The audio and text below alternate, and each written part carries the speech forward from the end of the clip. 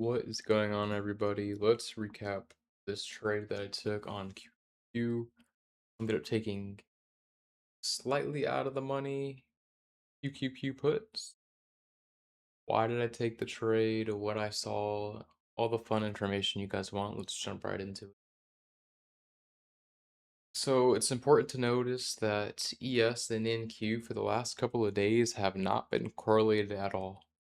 Okay, ES has been the stronger asset, and NQ has just been struggling to show any sort of bullish intention the last few days.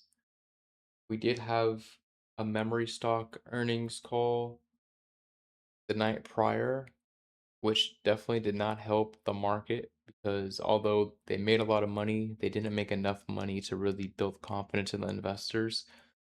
So I do think that is one of the confluences that attributed to the price continuing to dump overnight. If you guys did not watch the SanDisk video, I recommend watching that because I did take a put swing call and I did close it this morning as well.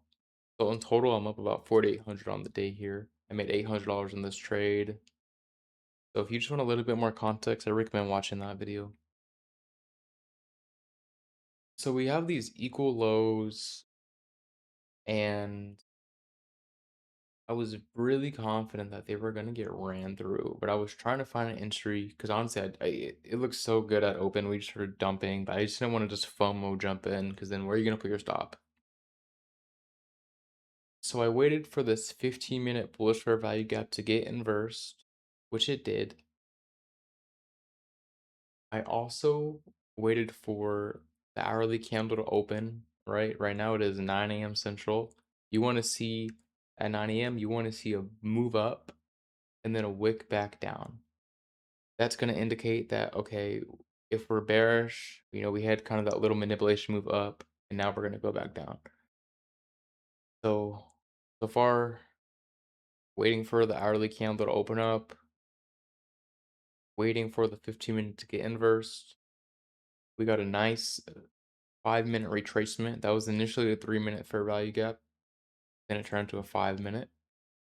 And now I'm just waiting to see, okay, we're getting a strong reaction. I'm going to trust that those lows are going to get taken out. I accept the risk here that we shouldn't really go above this 5-minute.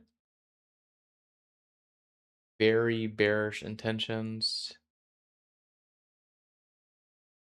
Now we just have to wait and let it play out.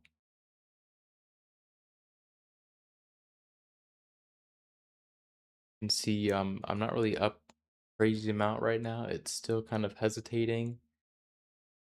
But I am watching the 5-minute. I'm not trying to be obsessed with the 1-minute at the moment. I want to see what price is doing. I also want to check ES, right? Because it's also important. You know, although ideally you want to see them both be correlated, that they're both pushing down. Now we're just being patient. It looks like we're gonna once you can break below those wicks right here from those two previous 5-minute candles, we should really just flush.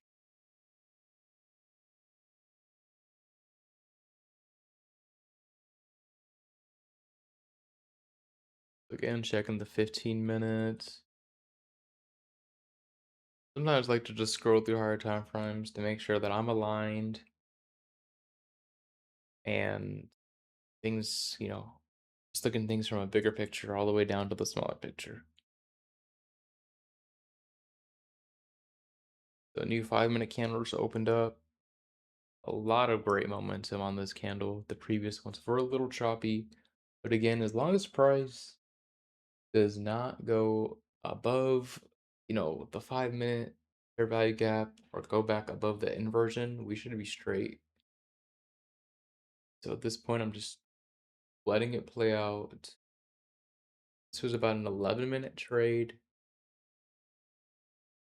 And I do close it just a little bit before it smacks that line. I'm trying not to be a greedy trader. You guys know the rule where I move the stop loss to 20%. or I moved the stop loss to break even once it hits 20%, and then I consistently adjust. So I've probably had about 2 or 3 adjustments as, first there's like the 20%, moved to break even, 30%, now I moved to break even, but now I'm gonna get 10% profit if it goes back up. Point just letting it do its thing. See, I closed it right there.